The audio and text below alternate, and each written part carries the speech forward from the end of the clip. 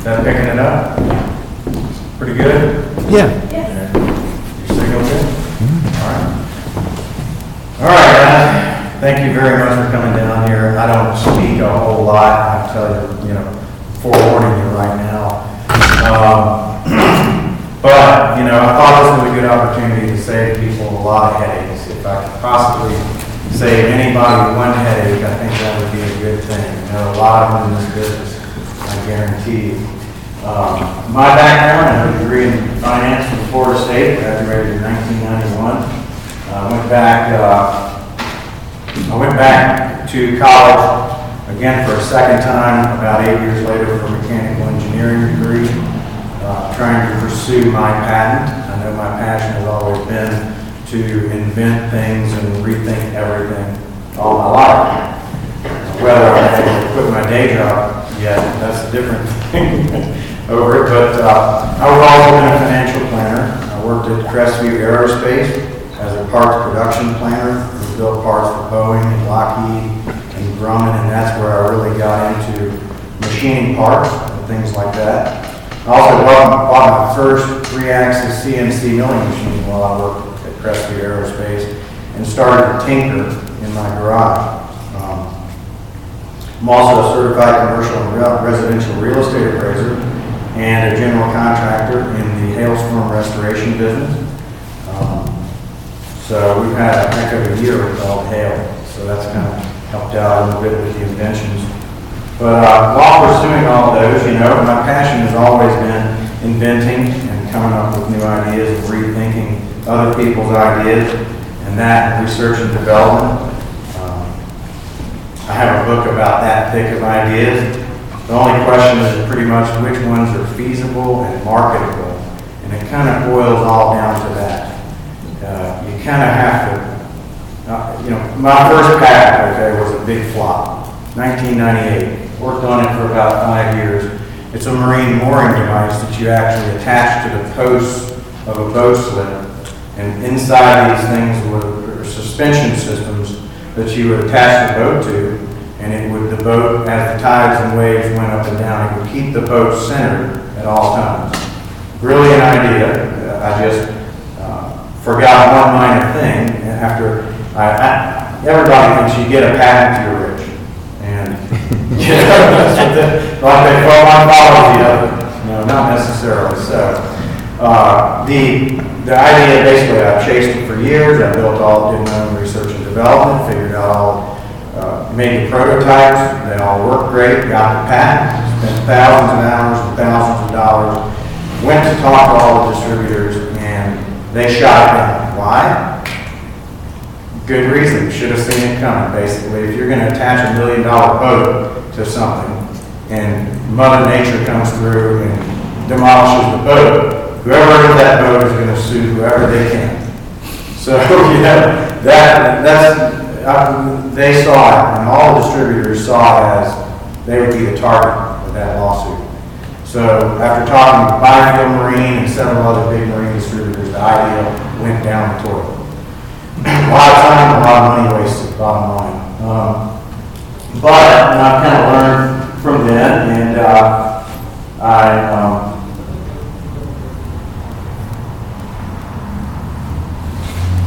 basically learned that the big lesson from that was pretty much to make sure that it's marketable and feasible at a 4-to-1 ratio before you invest in the patent.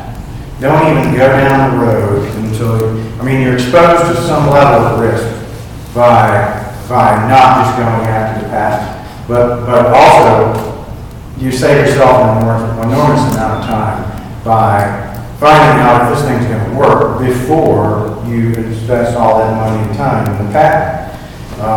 And honestly, I used to be jittery about people taking my idea. Now I look at it as if they want to blow 2,000 hours and dump 20 grand, it takes a lot more to steal somebody's idea than just they walk out the door and you told them and now you're worried. And most people won't pursue that, out of respect for the original inventor too. So I brought some prototypes, and I wanted to kind of show the evolution. I started this in 1998 with just doing around with the new CNC milling machine I bought in the garage. And it evolved, and I think I'm going to just pass all of these around so everybody can see the design evolution of how this went over all these years. And I know you're going to get a laugh out of this. Alright, so that's the first five. Is that order? Order being the first one, no, that's correct, yeah. Pass them all. Huh? Oh, This is the first one. And they're The second order. that was the evolution. I guess I could hand them around several at a time. What's it supposed to do? How about four of those? How about? So everybody can kind of. Looks like nice pipes. All right, here You need a tray or something, maybe. Oh, okay. It's like a. It's something. A Benson chamber of some kind. How's it going? Good, man.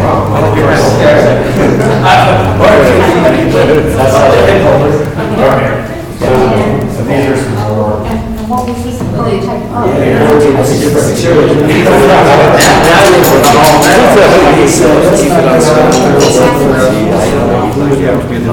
Yeah, looks like I torched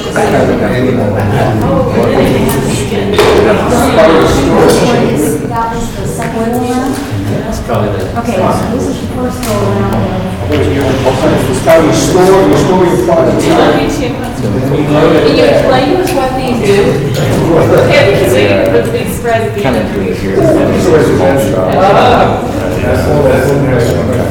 Latest version. Oh my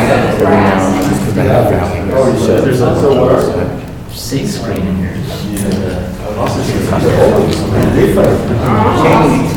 Yeah. Fossils. A lot of both. Screen. That is It doesn't look like nice. there's an outlet for it. That's a while. Well, maybe it should be. And this one's like, two, three, where do you That's go? brass. Yeah, I need something like this. That's not. There's some mechanism like that. That was, so when I select something like that, they want to lock it. Exactly like that. And I gotta have, it's gotta hold at least 5 pounds of pressure. Otherwise it stays in front like that.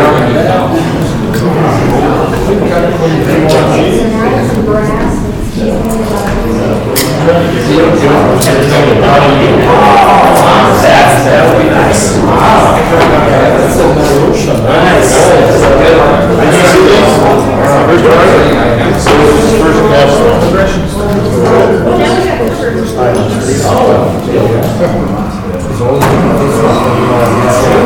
So this one goes out. So you unlock that one.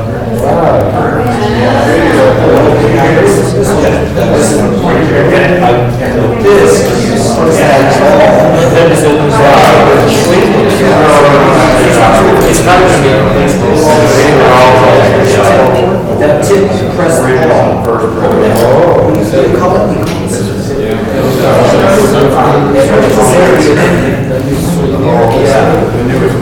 you hold that down, it goes. We need that. After you figure it out, press it, this slide.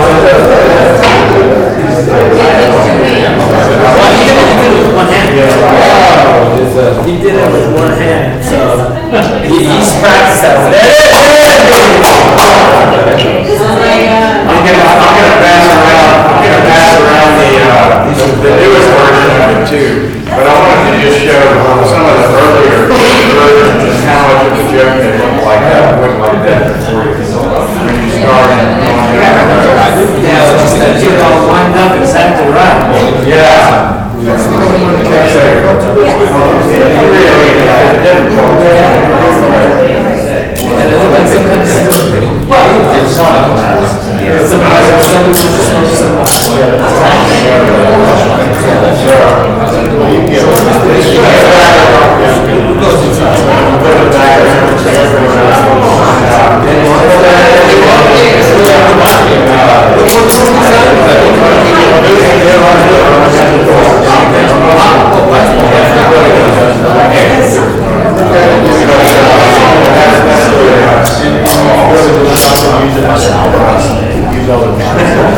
That's my idea for you, Dante. Something this big, and you make it into some quick word, maybe 4 or 5, so when you pass it around, you know. I need it on the golf board. The golf board. Yes. So, Yes.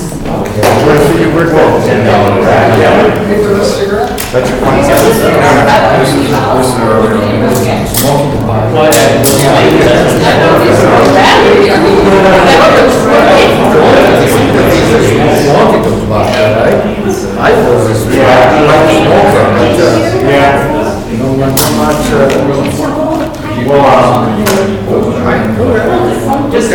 Interesting, lovely combination.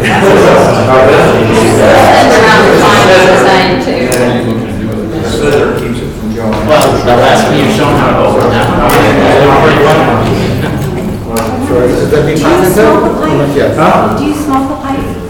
Maybe. Yeah. I had to test it all over these years, so, Oh, yeah. my. But, Well, get the tobacco with those smoking. well, anyway, so that's kind of a joke at how these they look horrible, that's my point. These all look pretty awesome.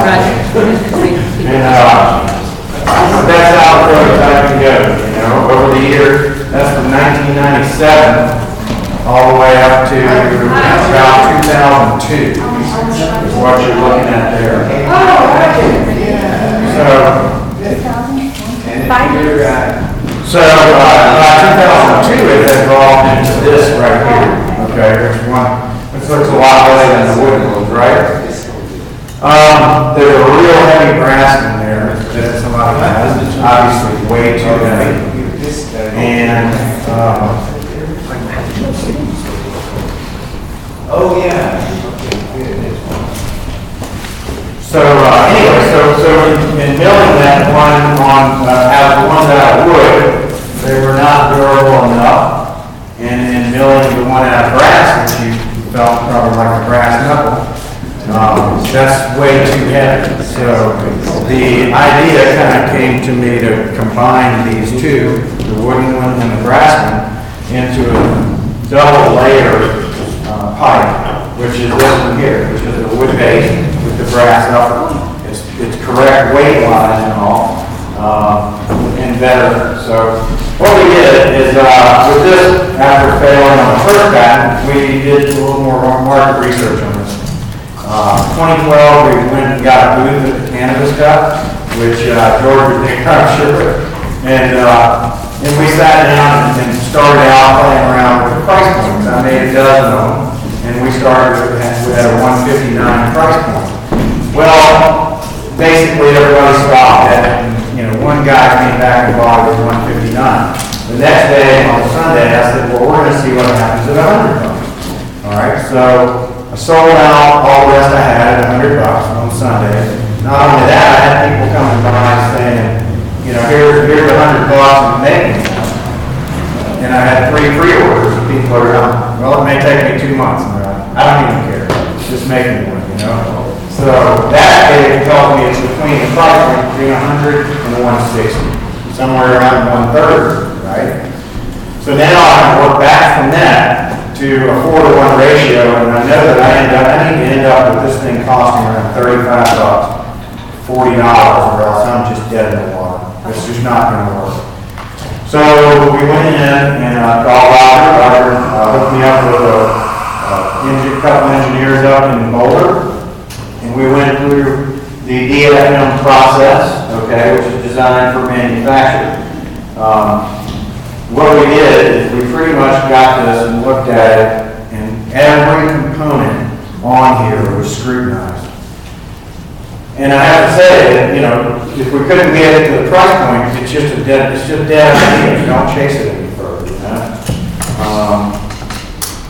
So anyway, we also did the whole entire product in SolidWorks, which if you haven't seen that yet, that is where we've designed everything down to 1,000th of an inch on the computer, and had to work through it for tolerancing purposes to get all the parts to where they're going to work. But let's see if we can get this thing up.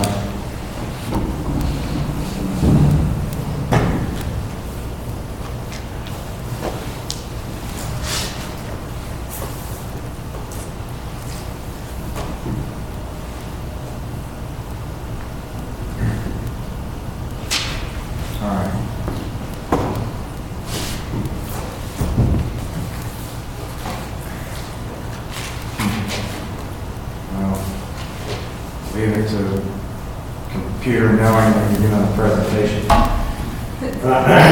So if that pinwheel stops, we can get back to it, but if not, we may have to abort on that. Basically, what you're seeing right here is all of the parts individually done, and they all work, together. And you can open and move the parts in different ways to kind of see if there are any conflicts at any point. And you can work through all the things there. We did this with Applied Design up in Boulder, and you get this nice SolidWorks e-viewer. So if you've got a design engineer that's working with SolidWorks, they can shoot you a copy of the file in this format, and you can then go through it and look at it in detail and talk with them from your house and discuss the part. It's kind of nice to have that. It's also nice if you do a trade show to have this in the background. You can hit this play button and it'll automatically rotate and do things in the background for you. So let's see. So this is kind of cool that you can go in and make all these, make everything transparent,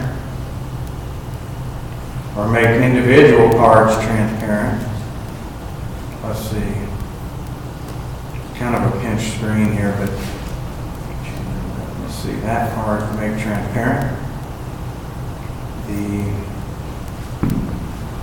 gate will make that transparent. Sweet. Yeah.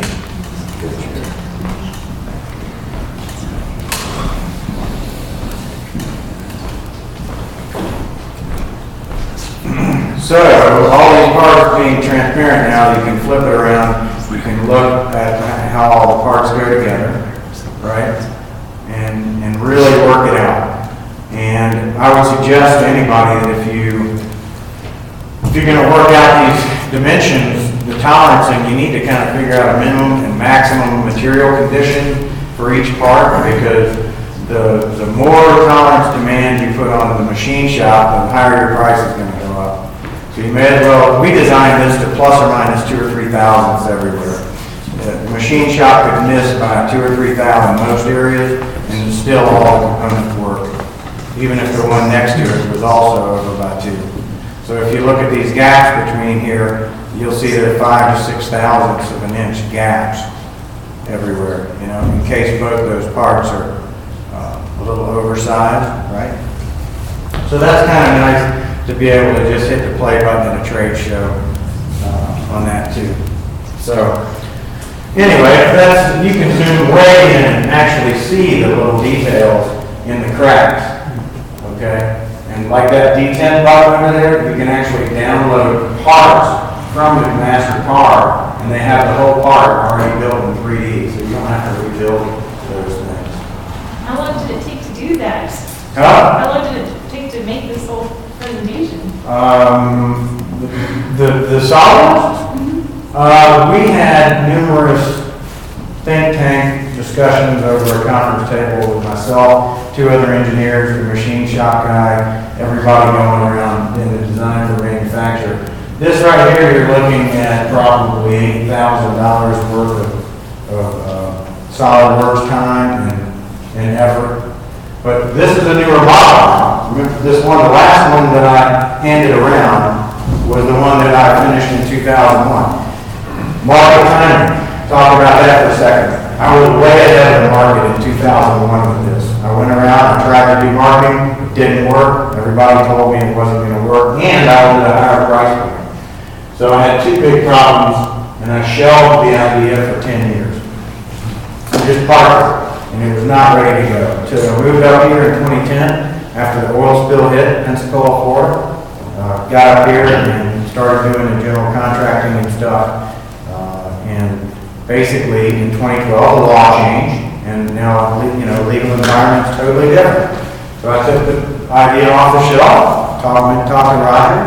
Roger and I worked it up, filed a patent, and he really wrote a good patent, and we didn't have much competition in my little area. I remember the day Roger called me, 9 months after we filed it, right? He called me and said, "You're the lucky one because they just rubber stamp granted it. There was no first office action. It was just granted." And our claims were as broad as they could get. Okay, so, I mean, my claim, I think claim number one is a plurality of air holes. So anybody who has more than one air hole for 20 years is in violation. Pretty broad patent, I have to I say. don't know. What's an air hole? There are two air holes in the back of here. Yeah. And there's a stab hole design. Maybe, can you take it apart and show that inside chambering a little bit? On the, And why do you need an air hole? Well, to draw your tobaccos through, basically. But two are better than one, because now the That's the whole. pipe itself? Huh? That's the pipe itself? This is it? It doesn't hold a glass pipe, it just, Here, that's. look at the back, the two holes, they go up into the bowl area, and it makes it look like a conduit. Okay, well, you should demonstrate.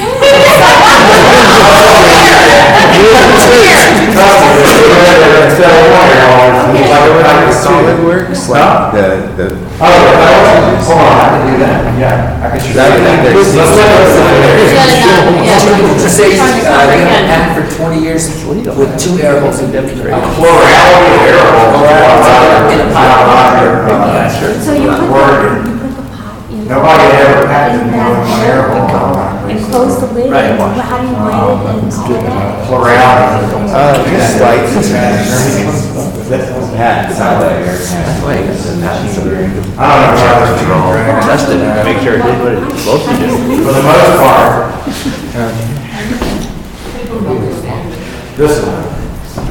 So did the patent examiners have to test this? Is that why you got a patent? Here, check that out. That's one. That's the wood base. You can That's the see the chamber. ball there, and then you see the two air holes through those slots. Okay. And then the two air holes in the back. So you draw in air here. Correct. The substance is here. Correct. How do you heat it? How do you light it? Go try it. But this is the top, so these are the two halves, right? Okay, so Okay. you do this? Yes. Okay, so you do that. Sorry, folks. It's actually. Okay. I don't know. Yeah, I can potentially be. That's a different class. But I don't have. Gee, I could. That's about marketing. That's about marketing. You put your lips over the two holes. Got that?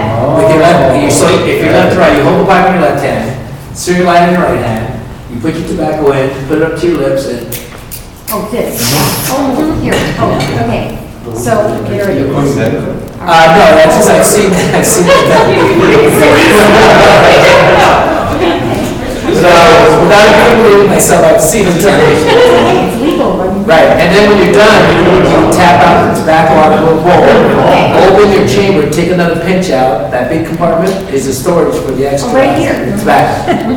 Okay. So then you carry tobacco with you, you have a chamber to light it, other people can use apples. For a more generic taste to it, you can make a pipe like that out of an apple. You put a hole, same concept, fill a hole, small air, light a fire. Don't give this guy any ideas. Only in Colorado would we be having. It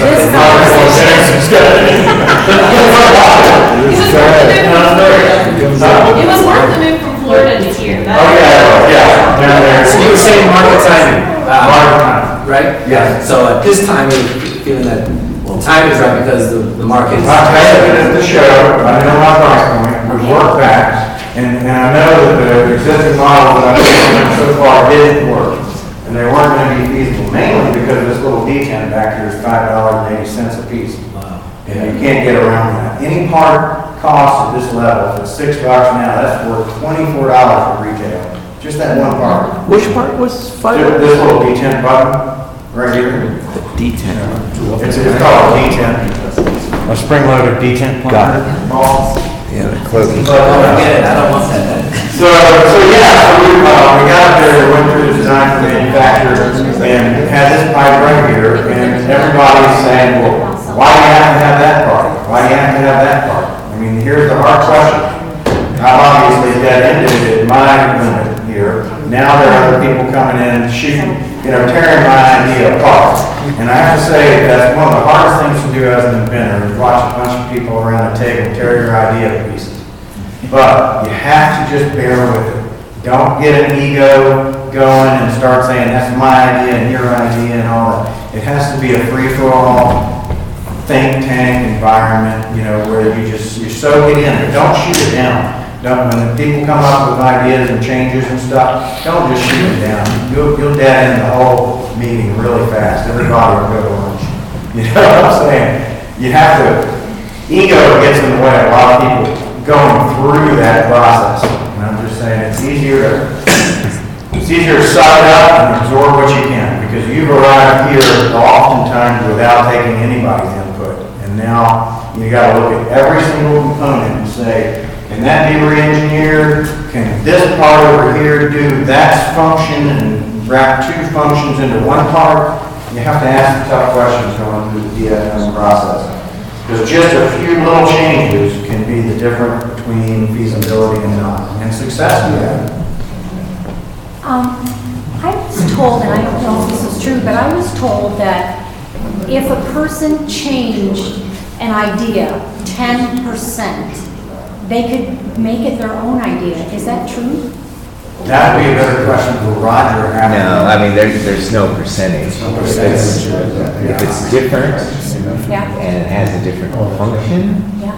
that's good enough. I mean, All comes down all to that comes the down to is difference. The amount of difference is not really. And his pipe has 2 holes, which is a big difference. Right, because a one-hole pipe obviously has probably been around for centuries. And he couldn't patent a 1-hole pipe. What does it come down to? You're saying if something, that's a good question. If something does, like what she said, what difference? How much? So does it come down to? It's not an amount, it's just different. Just different? Okay. And do you always have to have a patent? I mean, No. So, You get it if you can, but if you can't, you get so other. this is the newest one, guys. After we went through the DFM process, this is what we arrived at. The first pipe is ever going to be on someone's belt, because no one would have been, no one wanted to do it before then, okay? But now it comes in a nylon belt house, which we're having made in China, Okay. with its own lighter nut. Let me show you what happens. We got rid of that D10 that was $5.80. Okay. Okay, here's how we did it. What we did is took this right here. This is now still the wind guard roll, okay, snap shut. We were able to get rid of this button and action by incorporating a little tang onto the gateway, okay, which now locks the gate, this door shut. So you no longer have to push this button. Once that opens, it does the function of that, right? It releases this, you just push it open, and it holds a small one of those in there. But basically, we also redid this pin. This used to be a screw. Now it's a custom pin that we actually, the screw comes from the bottom, and there's an O-ring that compresses along with a nylon washer in there, that when you screw this up to the bottom, it provides a little bit of spring and it gives you this perfect action on the lid. But it also looks a whole lot better to have this custom pin rather than an Allen head screw, okay, which will back out over time. So now we've gone from 4 steps to open and close to 3. It's pretty much 1, 2, 3. You reduced the number of parts overall? We did, well, no, you know what? But the nylons are a penny and a half, the O-ring's a penny and a half. And the D10 versus is the 580 D10 pin. $5, You yeah. know, I mean, it's more parts, but they're cheap. There's a truss head screw for 4 cents that, you know, that goes into the bottom, but then this little custom pin is done by a company called Denver Precision Products up in Broomfield for $1.57. So I think I replaced the 580 with about $1.62 or something like that. That's pretty good. So a pretty huge savings, shave $20 off the final retail price. So this is the newest one, and if you're trying to open it up, and it's hard to do if you're doing it wrong. It's real easy to do once you're doing it right. Best way to do it is right-handed, hold this in your left hand, don't move that hand, just open that, pull it out, open that, and push that away. This hand never moves. So, anyway, a lot of people love the things, and we're hoping to sell a bunch of them. Brass or? This is brass, 360 brass, and then the bottom is rosewood. So it comes in this nylon pouch with a lighter. We can pass that on out.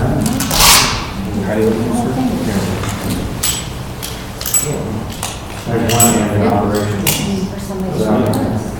Yeah, that's what it looks like. I mean, Yeah. but So you're selling it? It's this way? Yeah. All right, no, it's So you're selling it? Actually, that's pretty ordered right now. We got leather cases suited for them. Here's another one in a nylon pouch. We pass all those around. So we're now having the leather cases made out of Texas. And So as you went nylon. from version to version, did you have to file a new patent, or it was all still encompassed within the same? I didn't, in the spirit, I didn't change the patent. Ryder and I might go back and make a couple of minor changes on reissues. Don't pull that up. How many companies are involved in all the parts to this?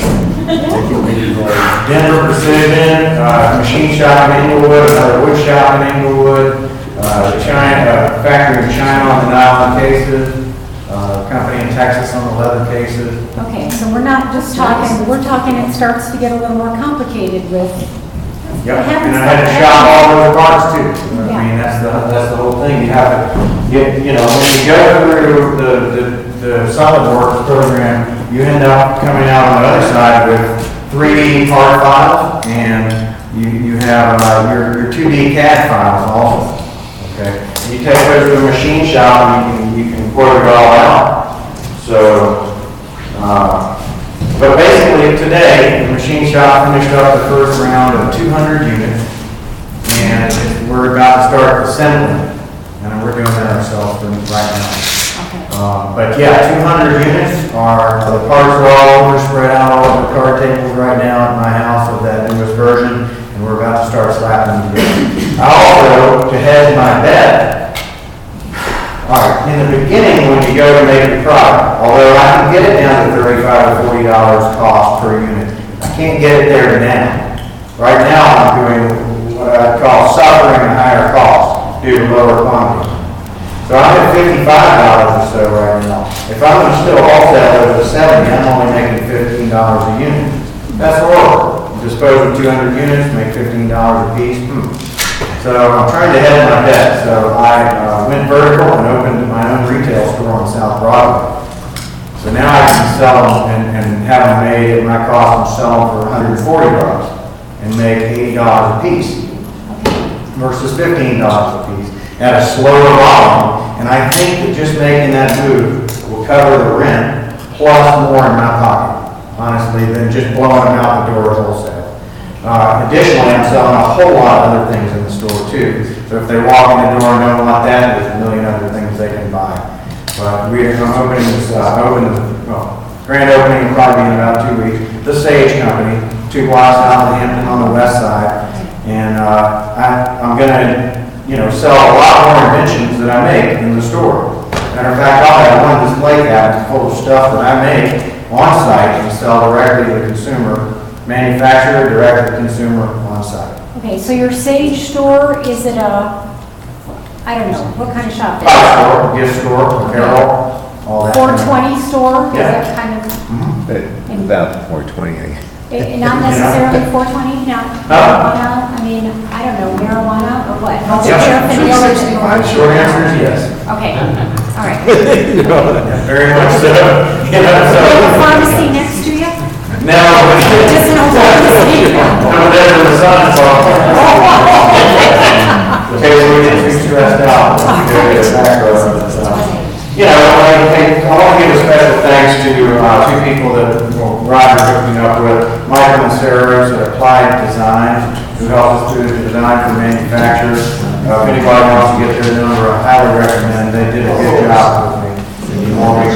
Dan Kenner with that done, of course, in Inglewood. And they've done all the machining, and they've done a really good job with this stuff. This is the master, and please don't take it out of the bag because fingerprints will mess this up. But that is the master copy, and I highly recommend if you have a machine shop, make parts for you, get to a point where you sign off on the drawings and then have them make two masters.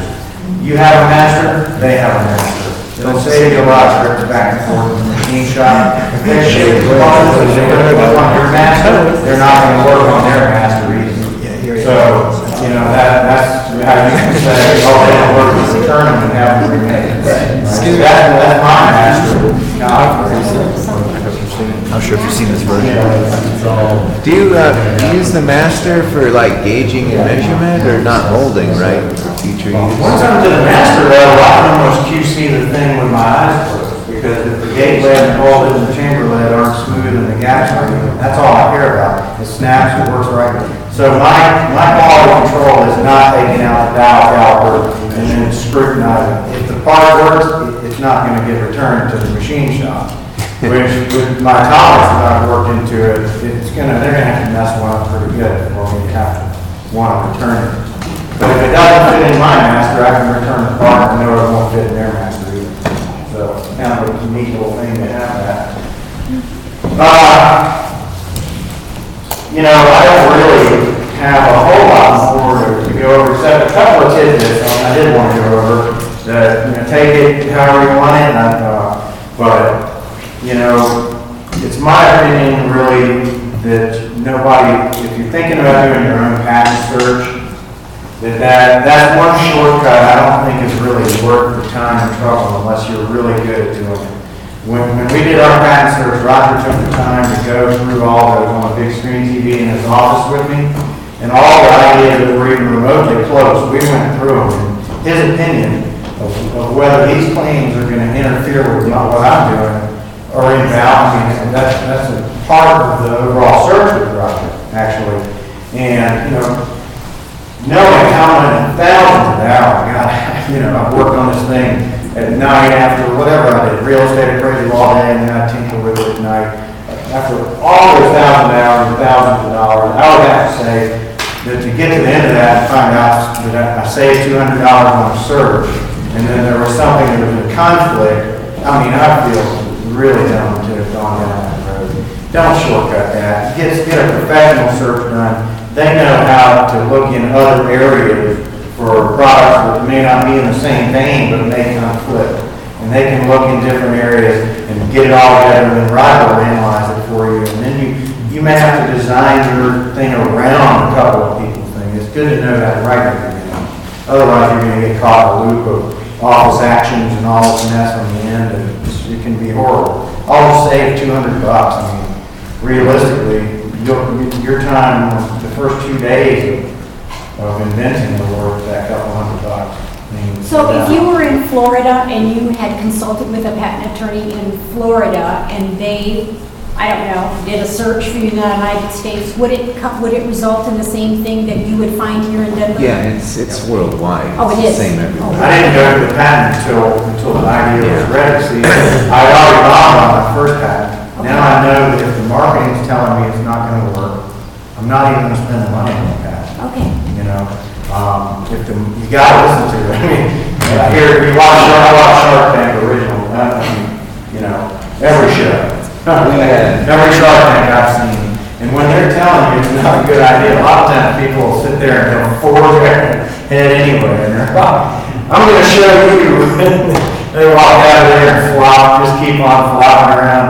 I mean, Yeah. you know, there comes a time when you got, you know, Well, there has to be a balance somewhere, because look at all the people who, when they came out with movies, and let's talk about electricity, and let's talk about all these other inventors around the world who were poo-pooed forever, and we know that their inventions stand the test of time now, and these people have become iconic. So at some point, one has to be able to say, okay, it's really not a good idea.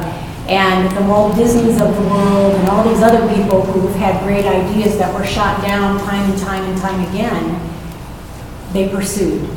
yeah. So Yes. there's Yeah, I somewhere mean, there's a balance. You know, you've got to stay there to the grindstone on it, or else you'll never get there. I mean, you look at all the prototypes that I've sent around, people started with these ridiculous pieces of wood. I mean, before I even bought my first CNC, I was doing it on an XY vise on the drill press, cranking them myself, you know, and then, I mean, it was just a hobby, and it evolved into what I think is probably one of the best smoking devices. Certainly the first one with 2 air holes, and the first one to ever be marketed in its own belt carrier like 11. Because, I mean, you can take it outdoors, snow skiing, fishing, you know, whatever. I mean, I made it as an original. You know what the original idea was? It was a film canister with a lead weight in the bottom of it. And we're out fishing in the Gulf, and it was a way to dispose of what you had on the boat quickly, and it would sink. I think I held some lead at the bottom of a little film canister like thing, and that was the origination of it. Then it became how I combine all these things together. So, you know, many years of production, but, I mean, thinking through. Yeah. But I will say, you know, that you gotta be actually prepared to give up, or at least strategically park an idea if it's not the right time. You know, park it, put it up on a shelf with all the others. You know, don't just drive it and assume that it's gonna work for you, you know? I mean, it's got to be good market timing, it's got to be marketable, it's got to be financially feasible. I parked mine for 11 years, and then the law changed, and now it's a whole different ballpark.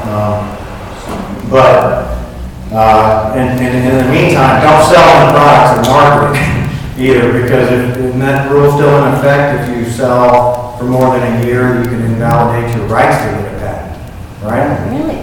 Yeah, when you're taking it around and trying to do these feasibility studies and stuff, and you don't know if you're gonna have to park it or not, don't sell them. Just give them to friends or something and get their opinion on it. Yeah, if you do technical selling, I mean, not selling, but testing, Testing. you give them to people and they give them back and they do things, that's fine. But when you sell, then the clock starts. Oh, I see. You offer it to the public for sale, right? Yeah, just Then- offer to sell is good enough. Then you're out there and you can not get a patent years later.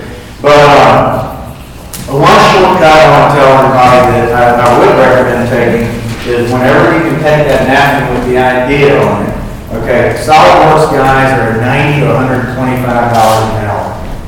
Engineers like we had, the guys from Ball Aerospace that were a part of the design for manufacture for this, those guys are $150, $175 now. Your machine shops are going to be around 70 to 90 an hour. 65 is a good rate for a machine shop around. But honestly, that machinist is cheaper than the SolidWorks guy, he's cheaper than the engineer. So what the point I wanted to make is if you walk in with your CAD drawings and you go to the guy who's going to charge you $90 an hour for SolidWorks time, I mean, one day of that, $720. It can go away quick. They'll see, you know, not shoot them down, because like with this product, whenever there's a conflict between parts, you need to go through the SolidWorks. You need to refine all these parts. But if it's a simple 2-part thing, take the napkin and just go to the machinist. He's $65 an hour. Even if he boogers it up the first couple of times, you're way money ahead. And oftentimes, what I found is, after we go through and I spend thousands on SolidWorks, and then what comes out of the backside of that is more CAD drawings. Looks just like the ones they're all in the world with. And then I'll take it to a machinist, wondering, why in the world did I just take my CAD drawings down to the machine and save, a lot of money? So, that's kind of the guerrilla way to do it. I want to say that if you, don't get caught up in the glory of this is the process, and I've got to spend all this money to get from there to there. First thing I would recommend is just take your napkin, sketch, whatever, 2D. Your machinist is going to be able to jump into Mastercam and make it 3D for you anyway, within seconds. Take your napkin to a machinist, sit down, have them sign a non-disclosure, try to get them to make you a few of them, see if they work, without going into designing, spending all the money on all this stuff, on SolidWorks. If you can get away with it, you'll save yourself a ton of money. When you started out, were you like working these jobs and putting money aside so someday when I go visit the machinist, I'll have it? Or did you go online or sign up for Shark Tank or get somebody to try to? Shark Tank won't take it, I'll check with them. To- They're not going there. So- There's one other guy that went on Shark Tank with a similar thing and immediately shot him out the door and said, see you later. Well- It didn't last long because none of the sharks want to get involved with something that's only legal in 2 states Right. or 3. So, overall, you're saying that, I hear that it's gonna cost probably more money than we ever think it will cost to I'm get saying it. if you can shortcut the system and spend as little as possible, and find out if it's marketable, financially feasible, Okay, and if it can be made Yes. effectively, yes.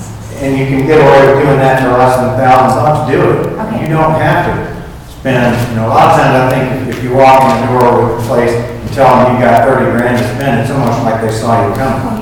And they're all of a sudden their rate was went up, They went up for That spent that much in the phase. Yeah. It's kind of a shady service from what I hear, but I don't know that much about it. So what's to stop, say, somebody in China from copying your idea, like they make 15 of them? There was a guy that came by my booth at the Cannabis Cup show, and I took all the products off the counter and gave them away.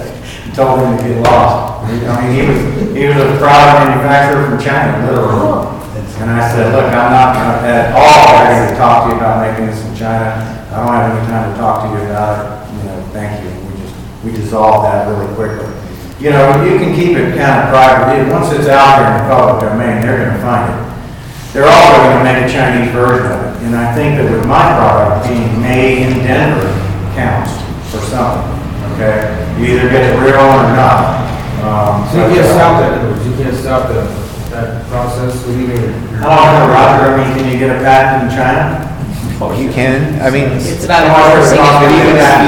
even if you just have a US, they can't sell here. Right. They can't sell here? No. No. We can The still have patent, the patent gives you 5 protections, which is make, use, sell, offer to sell, and import. The customs. So, the only way they could get away with it, they'd have to do 100% of their activities outside the US. So the US patent is viable in that it's protecting a large domestic market. Nice. Can you go back to the part as far as selling? Huh? Can you go back to the part as far as like selling, if you have something, you don't want to sell it to the public domain or market it right away? Or? Oh, the patent, as far as selling it, you're saying give it away. you don't have to do anything.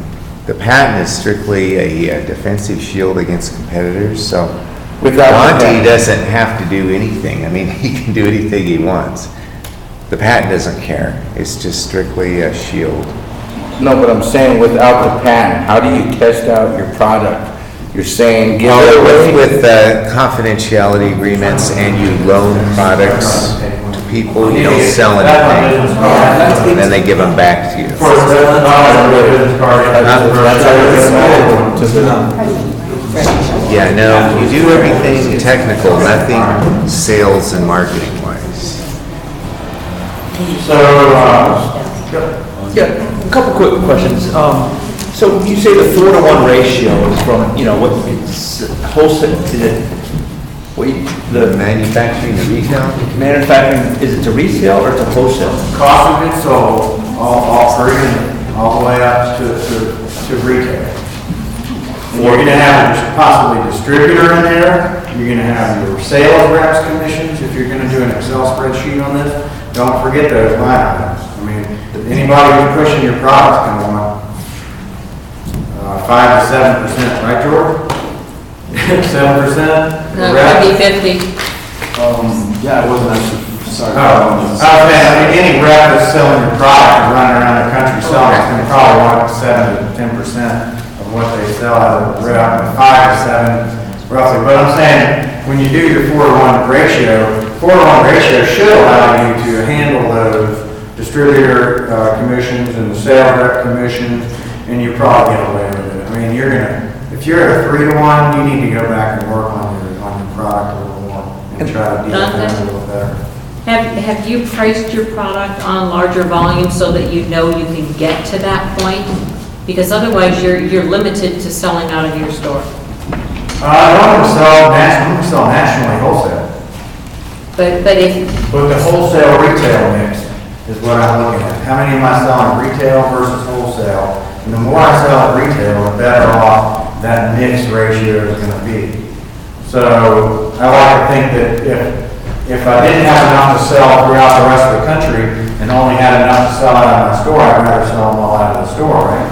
And make the full markup, both of the markups, all the way up. but you're limited to the volume. What are your volume price cuts on Right. manufacturing?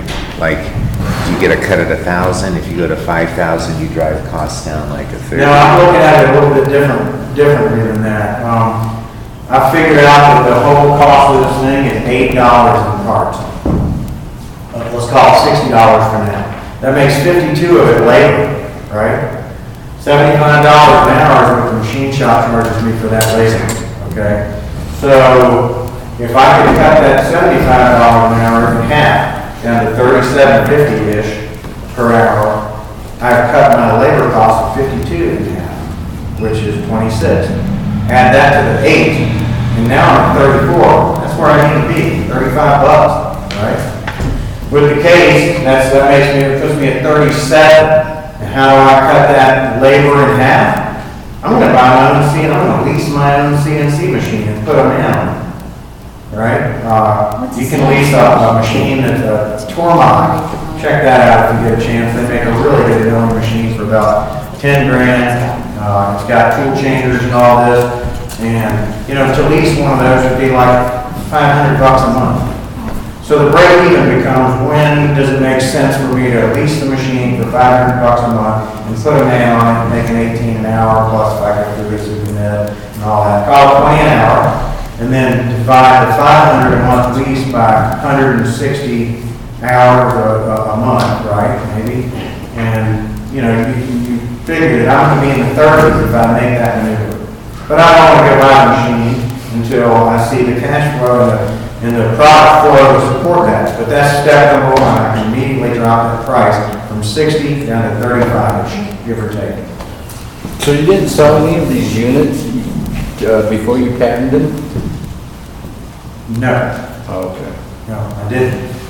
No, we got it Thanksgiving of 13? Yep. I take it back. Earlier in that year we did, the Cannabis Cup Show on April 20th was the first time I ever sold them, and then Thanksgiving we had the patent. So, a couple months prior, it's okay to sell them. So just to follow up on the 4-to-1 ratio again, is the 4-to-1 ratio where you're at now, where you feel comfortable with it, is that if you get the sales volume to make it worthwhile to lease the CNC machine to do it yourself, or is it? It is. Bring it in-house, put it right down on my place in Broadway. So we're going to manufacture them down in the basement and sell them to the public right on the street. So currently though, like your first go at the market, you're not at that 4-to-1. No, I'm suffering in the beginning. Yeah, gotcha. But yeah, so the 4-to-1 ratio, call it $35, wholesale for 70. They double it. It's a double. What is it? 35, they double it. We sell it for 70. Then they sell for 139, 140, right? So if I were to sell them for 70 right now and they cost me 60, I'm moving the product, I'm not making any money. Right. So the point is, though, if I see them moving and it justifies me lowering the cost down from 60 to 35, I can do that. All I have to do is just finance the machine, write a check for a couple grand, finance the rest, lease it, whatever, get a guy in there who's a good machinist, and I'll have him making other things besides this too. Yeah. Once we have that machine. Additionally, I'll help other vendors make parts with that machine in-house. Yep. Like if anybody, needs help with that, I can run that at a lot less expensive than a local machine shop. But, so, that's vertical integration with opening the Sage Code and going to retail. And you might want to consider that as the difference between selling a ton of them. It's like fast nickels or slow dimes, right? You may consider whatever your product is, it may make sense to open your own store. And it did in this case, because the rent's $1,200 a month. So if I sell, 15 pipes, it covers my entire rent. Everything else is gravy on that. But, so basically, there are two other points I want to make. One is I have developed a pretty good network of design engineers, patent attorneys, Roger machine shop, wood shop, water jet companies that I'm going to be using for future projects. And Roger's been a great help in helping me find vendors for this project. But I'm going to make myself available if anybody needs just a second opinion or consulting basis. I have a CNC 3-axis right now. It's a pretty small unit. The envelope of work is only about that big. I mean, if it's bigger than that, I can't work on it really. But I can do some limited runs of parts even now for way less than the machine shop would do if I can help anybody in those areas. I can do some CAD drawing if anybody needs a little assistance in those areas. And just general consulting from all the years of building things from jet parts for Boeing and Lockheed all the way up to this. And God knows I've got a bunch of ideas behind this, but another point is don't get inventor's ADD. Once you find out it's feasible, hone in on it, put your blinders on and kill that one idea. All the others, just keep a notebook, keep them going. But you gotta get one to fruition. You just try to feed all of them. Smoking from the Just find equipment that's marketable, financially feasible. This is why most patents flop. Because one of the main things, it's not feasible at 4 to 1, it's not marketable, or it's got a problem. Another tip is if you ever get bogged down and you're working, totally hard. I mean, honestly, like I've said with any career, if you're going to be the best at it, you're going to have to put in more hours than anyone else does at whatever you're doing. You better enjoy it. And if you don't enjoy it, you're not going to put in the extra hours, more time than the next guy, and you're not going to be successful at it. So find something else, that you enjoy doing. Because this inventing takes a lot of time, a lot of sacrifice. And people are going out, in the town, we're going downtown. And you're saying, no, I'm hunkered down working on my CNC. And they're like, yeah, you need to get a life. You got to be able to tell them, good luck. I'll catch up with you next time. Another thing, if you get bogged down, go drive a Porsche 911. Swear to God. Every time I get bogged down, I need a little motivator, I'll go drive a new Audi. Or I'll go drive a new Porsche up. And I took one up by Morrison around Red Rocks. And it's amazing motivation to me. That I'm going to be able to buy one of those. I just keep that. And anyway, so that's about it. Thank you, Dante. Thank you very much.